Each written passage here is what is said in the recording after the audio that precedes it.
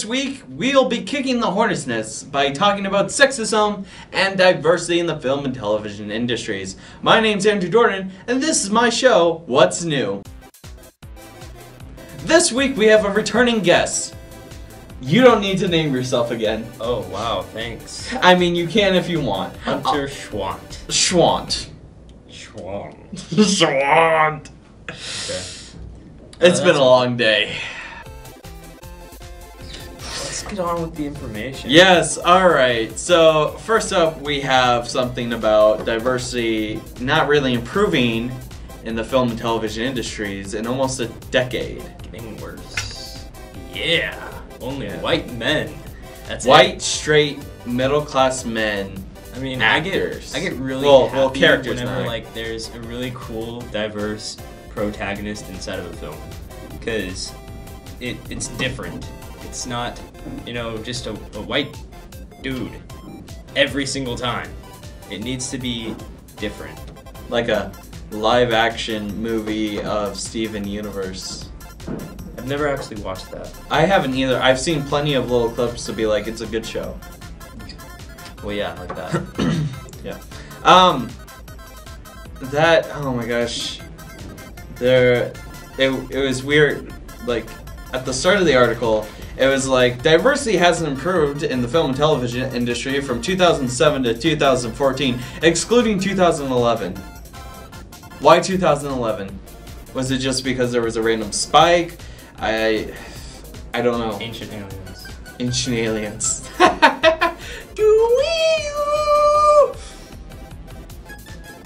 This is my show. I can do what I want. Okay. All right.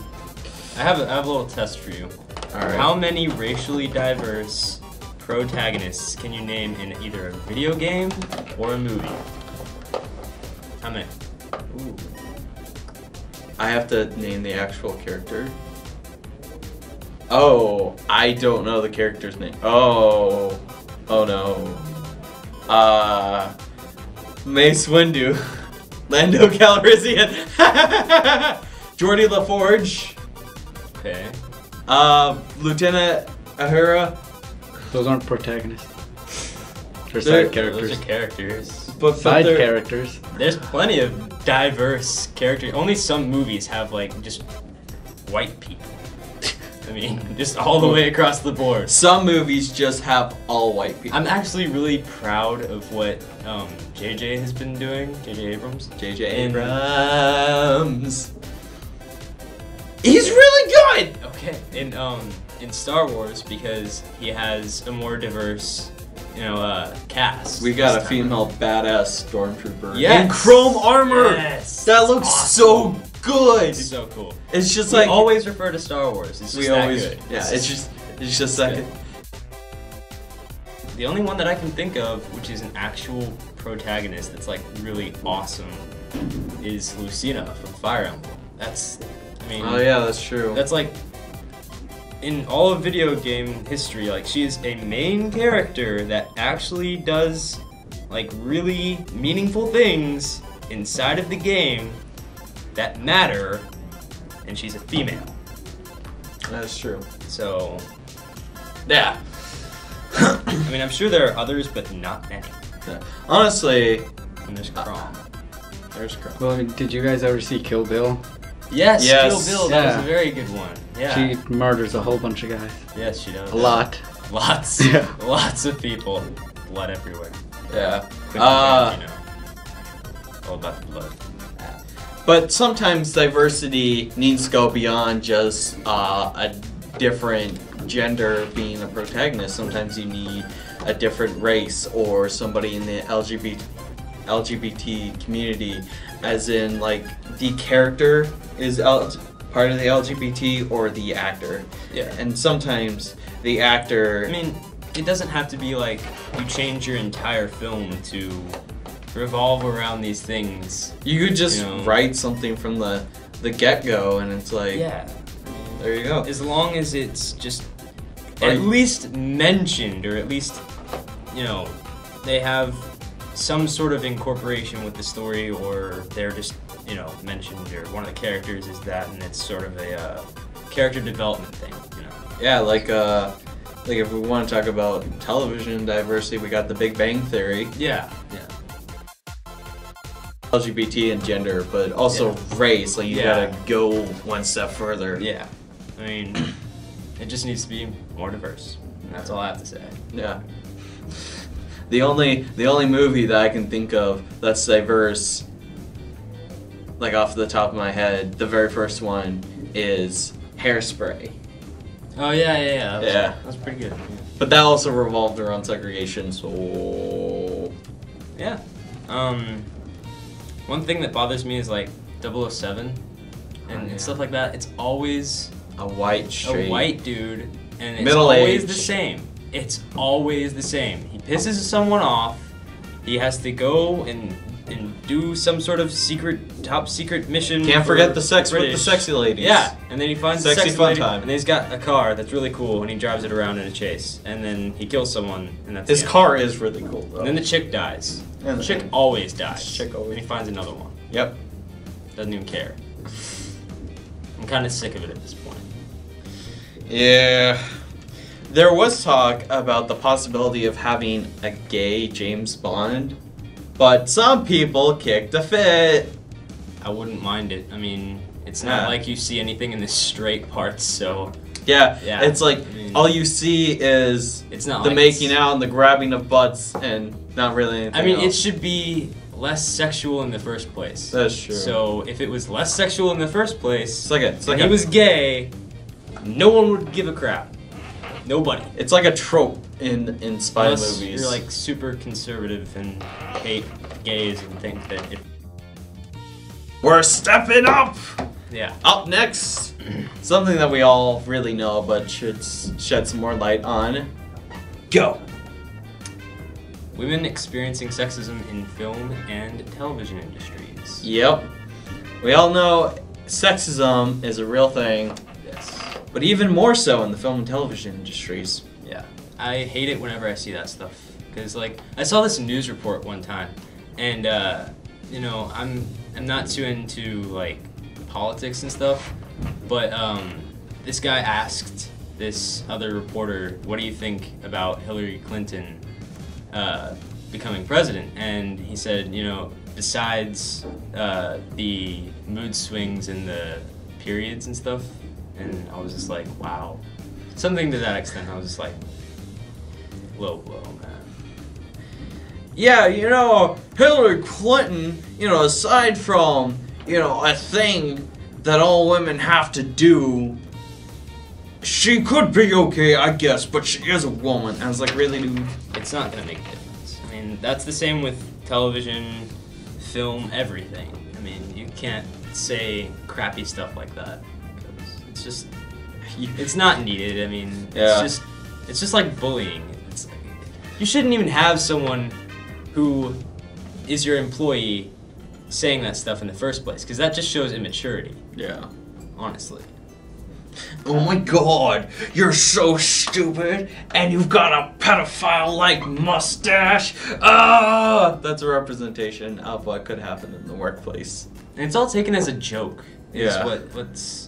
what's bothering me, because everyone thinks it's like a huge, you know, just Yeah. a joke like rape and stuff like that. That's not funny. Yeah. That is not funny. Kesha is trying her hardest to fight against one of the people, the person she was contracted to, because he drugged and raped her so many times, and if she wanted out of her contract, she would lose all rights to her music. Wow, that's insane. Yeah. So she actually got a really good lawyer, and they're working hard to get her both out of the contract and keep her music rights to her. Well, hopefully that works out for her, man. Yeah. I mean, in a lot of ways, it's just stuff mean, like like- that is taken as a joke, and Yeah. it just because the way women are portrayed, And her no matter rapist- how far they try and push back, I mean, people are just gonna take it as a joke and push back even harder. Yeah, it's like the guy who raped her, like he's being defended and she's being attacked, and it's like, this is why, you know, rape happens, is because people are afraid to step up, because the immediate response, first, if a male gets raped by a female, it's seen as a joke. even though it's a true thing and it should be Yeah. taken seriously.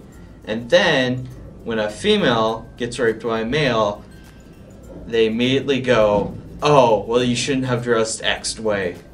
Yeah, it's not the woman's fault. I mean, It's really it's ridiculous how yeah. blown There's no out instigation unfortunately it is. by the victim. Yeah. It's unacceptable. It needs to stop. It does. Everything about that stuff it's gotta stop. It's gotta stop. Should we start a hashtag campaign to raise awareness? Can we? I mean, like, I don't think it'll get very far. How many views do we have? How many of you are there? yeah, Tell us. yeah. Put your name in the comment section below, or a number, or something to indicate that you watched this video. Jeez. Introverts. Okay. Well then, Female filmmakers not portrayed well at festivals. so you want to also open this one? Nah, you can do it. Alright, so as we know, women experience a lot of, I want to say, biased views and sexism within the film and television industry. Yes. But it become, as we've said earlier, but it gets more predominant when they go to film festivals. So, you know, as we mentioned earlier, women experience sexism in the film and television industries, and it becomes even more visible when you go into independent film and you go to stuff like film festivals. Now, reading through it, we both noticed that there were a lot of graphs that didn't have very much context. Yeah. Like a little bit of a quote to try to explain what it was about, but it just felt out of place. Now, one of them actually did make some sense, but didn't feel like it really tied into the story, was the level of female directors and female writers, and it looked like they're reaching an equilibrium. It might get to the point where there might be more female directors than there are female writers, or once they hit that equilibrium, they'll push at the same rate. Yeah. Well, Granted, you can't always keep an equilibrium in the film industry, but, you know, fingers crossed. yeah. It just needs to be fixed. A lot of things need If to there be- was more diversity and women were treated well and not seen as anything else, you know, anything different, and you know, insulted at work especially, then the world would probably be a better place. Yeah. Plus, you'd have more entertaining things to watch. I mean, honestly. Yeah. They don't have to be over-sexualized. Don't make them over-sexualized. I mean, look at modern. We are not looking. Zero Suit Samus bothers me. Okay, there's Really? another. There's another. And you're gonna This is not why give any I craps. titled the email "Kick the Hornet's Nest" or "Don't," because I knew this would happen, Yes. and so I wanted to see how far I could push it before you really opened up on a very specific point. well, that Because yeah. we've talked about 3 broad points, broad yet specific points, and then we finally came down to this, and I just wanted to see what your true colors were about this. Well, And you so could- I just kept pushing it, and then you just grabbed the envelope, ripped it up, and went, "Now let me tell you a story, you simple." Okay, yeah, you did it then. Congratulations. Good. It needs to be fixed. Fix it. Yeah. Fix lot this now. of things wrong with the industry. Fix them now. Do it. Yeah. No exceptions. No exceptions. That's our. I said outro and you did it, so.